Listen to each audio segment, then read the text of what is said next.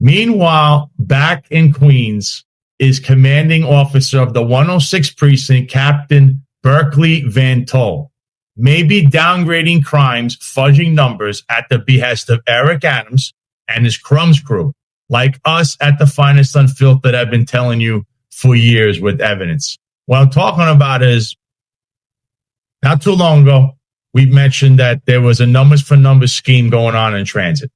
From transit, this has now become a body for body scam, downgrading crimes. They actually had moved the commanding officer from one of these commands, and they made him the fall guy. He's a captain. He'll probably get rewarded anyway. But we told you that was where it started, and now it's spread. This is under the soccer mom, Jessica Tisch. Remember, she's got no clue how the New York City Police Department culture is, but somehow she's the head of it. And so this came out over the weekend, and this is in the 106th Precinct. And I got a lot of details of 106, what's going on here. But here's the 106th Precinct. So this article comes out in the Queens Chronicle, all right? And it's very important. It's written by Kristen Guglielmo from the Queens Chronicle. And the headline is, HB demands more from the 106th Precinct. Civic group expresses frustration with NYPD's presence in the area. So I'm going to read this off. It's really quick. The Howard Beach Lindenwood Civics meeting on Zoom Tuesday night got heated as members of the community expressed dissatisfaction with the work of the NYPD's 106th Precinct. Phyllis Incerillo, the Civics co-president, and residents do not believe Howard Beach is adequately protected by patrol cars. We are in 100% agreement of that, Incerillo said, adding that she had asked for cruisers, GPS locations to be shared with the Civic, but was denied that request. I want to know when patrol cars are coming through our neighborhood, Incerillo said. We have a lot of officers that are refusing to take reports. Honestly, we are just sick of it. Assistant Chief Christopher McIntosh, the commanding officer of Patrol Borough Queens South, told the group that any officer caught not taking a report will be suspended. That's totally antithetical to our culture in the NYPD, he said. As Captain Berkley Van Tull, the 106 commanding officer, relayed crime statistics that showed most major crime down in Sector Adam, which encompasses Howard Beach. Incerillo said she had been walking her dog 5 times a day and had not seen any police cars. I do know that cops are not there, but you don't know because you're not out checking, she said. We made it more than known to you that we are unhappy with the police presence here, and there's no response to that. Van Tull shared his email addresses with the group so residents could reach out directly regarding their issues, and McIntosh said he would have cops patrolling with their lights on at night. But when Incerillo requested more presence on Cross Bay Boulevard, he responded, that might be an issue until the fall, as cops are relocated to beach detail during the summer. Incerillo said she wants NYPD Commissioner Jessica Tisch to know about the dissatisfaction. We love the police officers there, Incerillo said of the 106. We thank them constantly, but we have zero confidence in the leadership there. So this is an important thing. And I just want to give you a little roundabout, little bit of info on Mr. Van Tull, Captain Van Tull. Okay. So he was the ICO of Highway 1. Okay. That's Integrity Control Officer, which he was a micromanager there apparently, and not well liked by his constituents. And he basically threw a party on his way out the door. But as the XO in Manhattan South, that's where he was before he was the 106 commanding officer. He was the XO, which is executive officer. He was the captain of the precinct. There was a commanding officer on top of him that had final say. But and this is, we're going to say alleged so that nobody gets offended. But this is coming from, people that he worked with and worked in and around him. They called him that he's, quote, clueless, incompetent, makes things difficult. But the biggest thing was that he messed with all the supervisors, meaning lieutenants and sergeants. He always messed around with them, which falls in line with the Crumbs crew. Because I believe I was definitely there when John Schell, as a captain, did the exact same thing. He he's very close with the former chief of Queens South, Kevin Williams. If you remember him, he had his phones taken by the FBI and retired in a cloud of dust. So he's close, very chummy with them. And he also tried to suspend someone in the command. But of course, the CO squashed that twice. He's a micromanager who wants you to send him tons of emails during the day, which is funny. The article mentioned, write me an email, because that's what he likes to see, is lots of emails. So he could, pester people with that. Also, I'm going to read this one to you, because apparently there's an incident that had occurred there, just to show you roundabout. So allegedly, we'll say, this incident that occurred at a 2 p.m. we'll say maybe a few months ago, in and around 114th Place, next to 115th Street and 150th Avenue. A slew of people were, I guess, taking Cadillac converters off of vehicles. There was a camera from where the complainant that had called 911 showed these individuals taking the Cadillac converters off the vehicles, okay?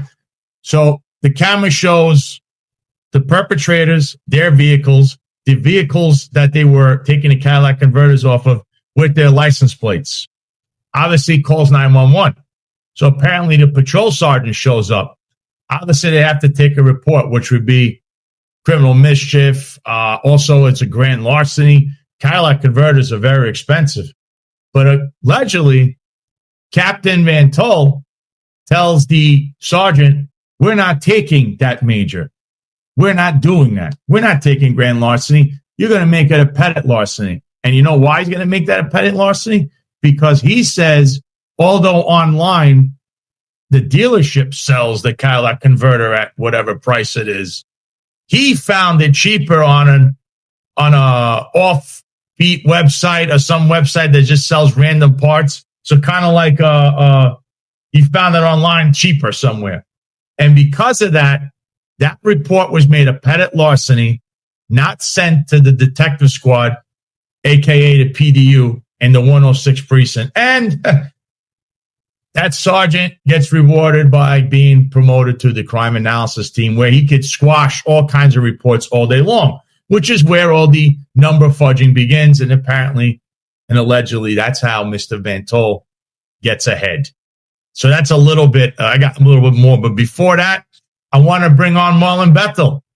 And Marlon, I know you're here to listen to this because you're very analytical. What is your take on that so far? Because there's even more. Today, I'm as much of a listener to Sal as you guys are, because Sal is dropping some news on us today. But initially, my thoughts on this are that this touches on a lot of things we've mentioned in the past. A couple of weeks ago, we noted that because of all out, what's happening is a lot of the precincts in the city with a higher quality of life, they're having offices taken from them for the summer and placed in high crime areas. Now, the problem is when you do that, those precincts now spike in crime. So we see this is a problem that we talk about all the time, that everything in the NYPD, a lot of the problems in the NYPD right now stem from the fact that it's understaffed. Okay. So if you have a small group of cops right now, you don't have enough cops right now. Okay. So you're just shifting them about. All you're doing is you're moving chairs on the deck. Okay. You still have the same amount of chairs. Okay. And that's what's happening. And that is what I'm willing to bet is happening at the 106th Precinct. And I note that specifically because there's a quote in there where the captain responds to them, that he responds to a question about increasing the manpower for the fall, increasing the manpower, and he basically states it's a problem until the fall. Well, what he's alluding to is the summer all out. So that's important to keep in mind as we go further ahead. And I think I've said this to Sal offline, that this is going to come up again before the summer's up, because we saw the incident that happened in the 6-1 precinct. 6-1 precinct is another area that's not traditionally like a high crime area, especially the part of the 6-1 precinct, Avenue U, where that gentleman was robbed at gunpoint in daylight for his chain. So keep an eye on this. It's going to pop up again. Yeah, I want to mention another thing here because I see this person's in the chat, Real Maldi 5D channel. So they did send me a story from the 106. This is a citizen, by the way. This isn't some cop, so people can start, don't say, oh, rat, snitch. These are people. These are the citizens. These are the people you heard in that article. These are the 106 citizens. Yes, they love the cops, but they know that something is wrong because I'm going to point to you an article. What does it say? Any cop not taking a report. You just heard story of them taking a report and what happens with it. Okay, so let's stop blaming the lowest person on the totem pole because that's what they like to do. Okay, you call internal affairs. What do? Well, if it involves a cop, like when it involved, they made something about me. They put the full force and spent millions of dollars on trying to crush me. But when it comes to the executives, the commissioners, those go away. If you haven't noticed, nothing ever goes the way it should. They stop investigations. They close them out. We've proven that with John and Eric, right? On the Files Unfiltered. But this was an incident that was told to me here. So apparently over the weekend, the entire precinct was non-existent. This is from Thursday to, I believe, Sunday. There was a party, right? It's a party in front of it's in a house, but it's on a two-way street. Okay, there's fights in the street. There's all kinds of chaos you can imagine. Liquor, loud music, fights. They're throwing things at cars. So they call what they call 911, right? They're calling a precinct and saying, "What are we going to do out here?" It's an unsanctioned party going on nonstop for days. So the sergeant that answers the phone is the desk sergeant, I believe, or whoever was there in the precinct, clearly a supervisor. He said that there's only 2 cars at night. There's only 2 cars at one given time and only one Saturday night. So that means you only have 2 cars to 1 car available. And they said there was at least 100 calls pending, meaning 100 911 calls pending on the list that they haven't even gotten to. This is on a Saturday night. So obviously they called internal affairs about this because there's a problem here. There's a misconnect. And if there's not enough cops, then you need to call the borough, right? Which would be the CO, Mr. Van Tull, calling the borough or someone for him saying, we need cars here. We have chaos in the street, which you're going to take felonies, right? But they're not taking felonies by not showing up. Don't go there, ignore them, hopefully this all goes away.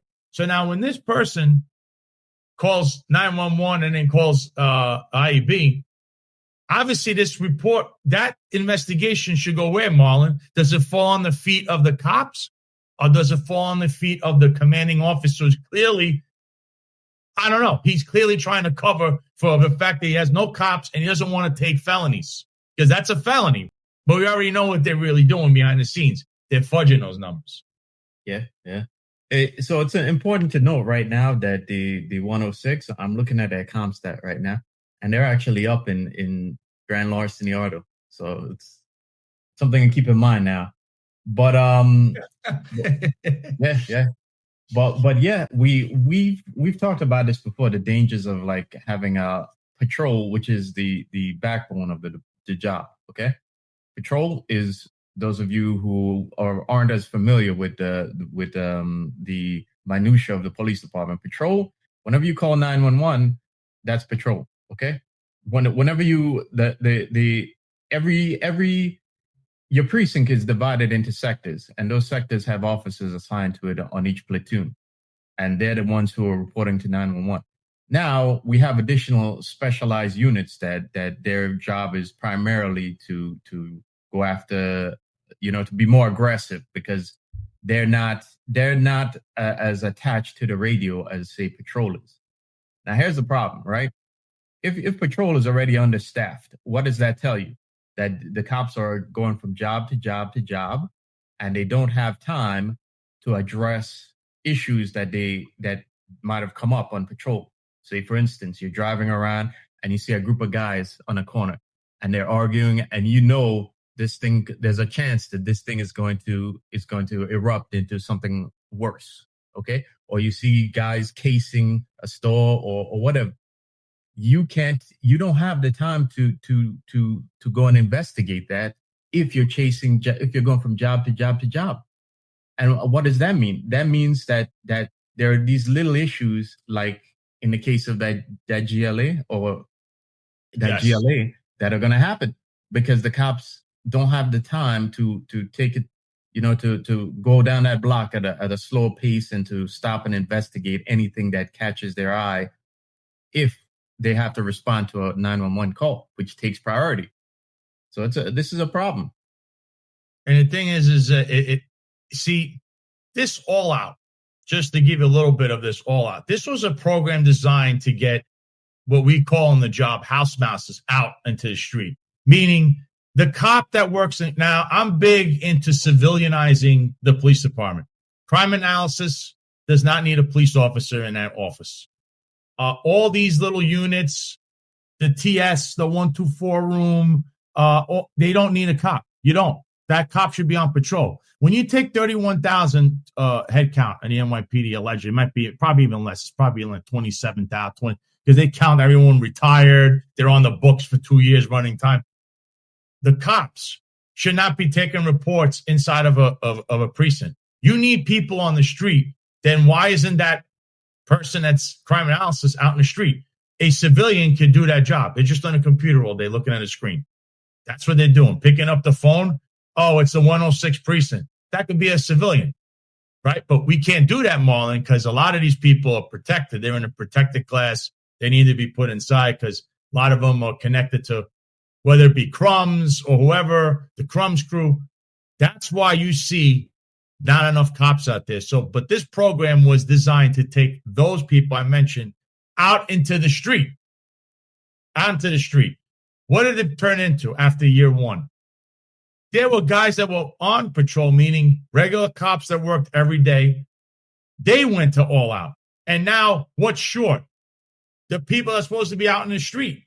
So if you're supposed to pull out, Marlon, four or six cars a night, now you're down to what? You got to give them 4 cops. You lose 2 cars. So now you're down to 4 cars or 3 cars or 2 cars. That's what happened here in the 106. Because the admin lieutenants people, their cops are not going anywhere. That's where they should be out at all out.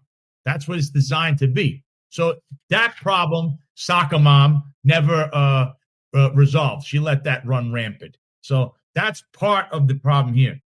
The other problem I'm having with this, Marlon, is that why are they saying the cops aren't taking reports? Why is it always the cop's fault?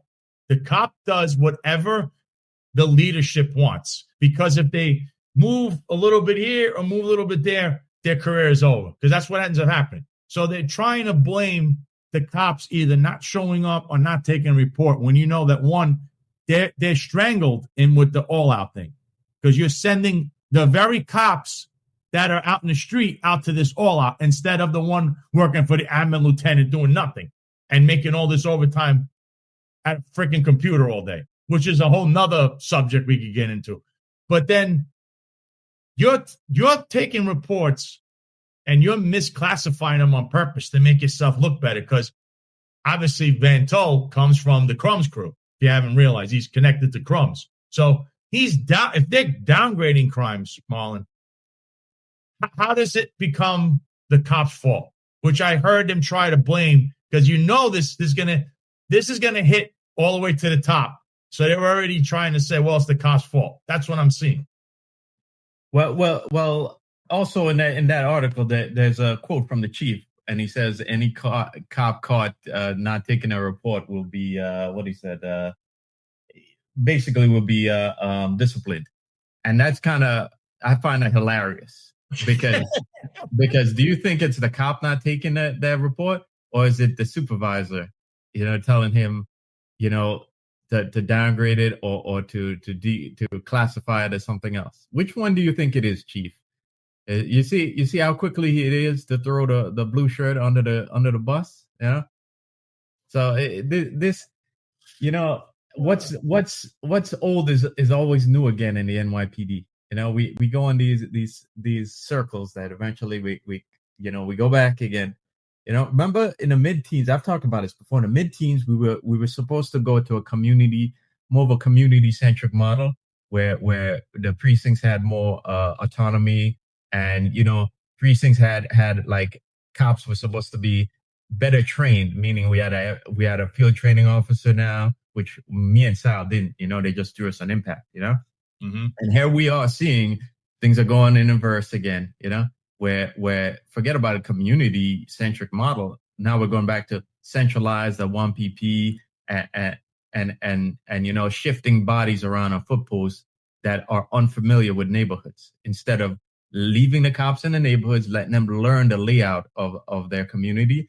And because who's going to know best how to help the community but the cop who's been there for like years, right? And here we are going back in reverse again, back to the bad, the worst of the impact era. Yeah, Michael P. said allegedly only reason this idiot got a command was because of the previous borough commander, all connected. Prior to that, no one wanted that idiot. He's talking about Chief Kevin Williams, and that's the connection of how he got there. Meanwhile, you got someone in the comments. I guess they must be one of the Crumbs crew cronies saying everything is hunky dory there. Ignore all the overwhelming people, the overwhelmingly majority saying the opposite and complaining. Everything is fine here. So it's clearly must be trained by Eric Adams himself. So this is if I may.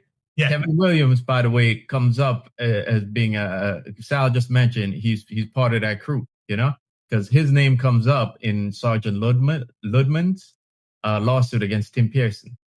So exactly, he's part of the Crumbs crew. Yeah. It's like, and he had one of his own trying to come in here, trying to throw self-diffuge there. Shout out to Cafecito Break, said all gents and everyone blessings. God bless you, Cafecito. I'm going to say this now. I want to put this up on the screen. So with everything that we're saying, put up this post because this came up just yesterday. We found out about.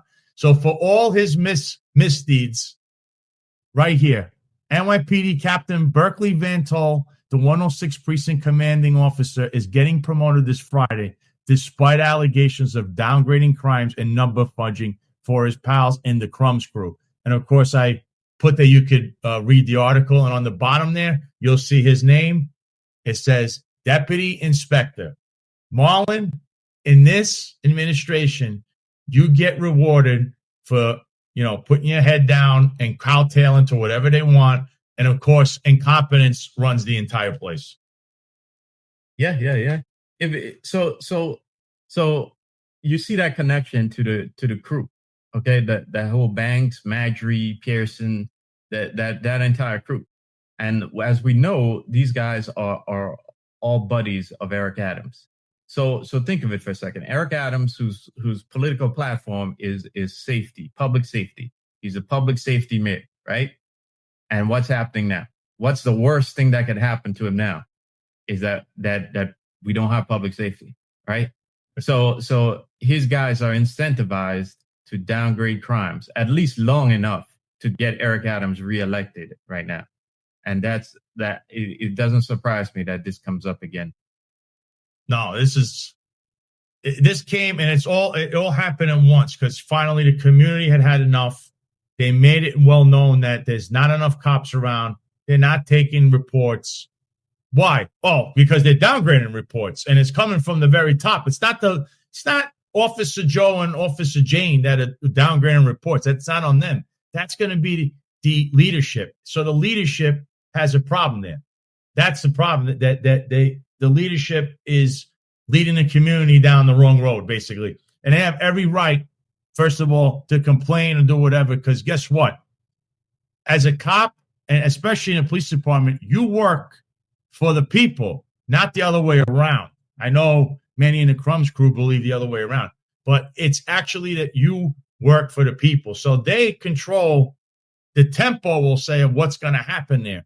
So when they're complaining about something, especially to the commanding officer and the chief that took over for that other guy, Kevin Williams, your answer can't be, oh, well, the cops, we don't have enough cops, and anyone not taking report, we're going to punish them. Because now what they're going to do is go back and they're going to try to pin something on the lowest guy in the totem pole. And you know already there's an internal affairs log on what happened over the last few days where they had, we don't have anyone here. There's only 2 cars, 1 car, 100 jobs pending. So there's nothing we can do about the illegal block party that's going on. No, there's a lot they could do. It falls on the CO. That's where it falls on. But he's getting promoted. So he's getting promoted for all this incompetence. So, I mean, this is a running theme in the Eric Adams administration. It's really unbelievable. Yeah. And mind you, I don't envy any commanding officer in this situation right now, because I went to my community board meeting and I asked the question to our precinct commander. I asked him how many cops he lost to All Out, and the answer is around 16. So and it's he didn't really want to say that answer. Okay, so I don't envy their position, but you have to let the communities know, okay, so that you may not be able to speak up against this, or you may not want to, right? But you should at least let the community boards know, or your community council know, so that they could put pressure on the city, okay? Because in the long run, think of it for a second. If they put pressure on the city and the city puts extra manpower in your precinct, you benefit from that. Because if crime keeps going up in your precinct, they don't care that they didn't give you enough cops. You're the one who's gonna get booted. So and if you do shenanigans and start lowering crime, then again, it's gonna be on you. They're not gonna take accountability for putting you in that situation. Yeah, and I see here there's a lot in the comments going on. Michael P said, yes, that's what I meant. Plenty from the 106 fled to the 116 from the incompetent leadership in the 106. And that's what it appears to be. From all accounts, other than this one guy that probably is either, if it's not Van Tull himself, it's one of his cronies or Crumb's crew.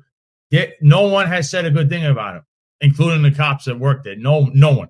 And if I'm Real Mildy 5D channel who posted this and sent me this thing about what happened over the weekend, if you have an internal affairs log number, whatever that is, you need to post that publicly, because the only way of holding these people accountable is to actually show publicly that this is what happened. Internal affairs. If you don't do this, they're going to sweep it under the rug, or they're going to blame Officer Joe, because that is the internal affairs way. Or as Eric Dim best coined it, selective affairs. That's how they do things now. You cannot touch an executive. Executives are off limits. They could do absolutely anything unless they're not part of the crew. Because you saw one of them was accused of sexual harassment, and they threw him to the wolves because he wasn't part of the crew. If he was part of the crew, no one would have known anything. They would have said it's all the cops' fault, it's all lies, all of that. Eric Adams' best line is disgruntled employees. He's got a ton of them. They're all disgruntled, but they all have evidence and facts, but they're all disgruntled. That's Eric Adams and the Crumbs crew. So I think we're going to follow. We're going to keep an eye on this. Obviously, I don't know how the hell this guy's getting promoted. But again, in the NYPD right now, incompetence gets rewarded. That's just the name of the game.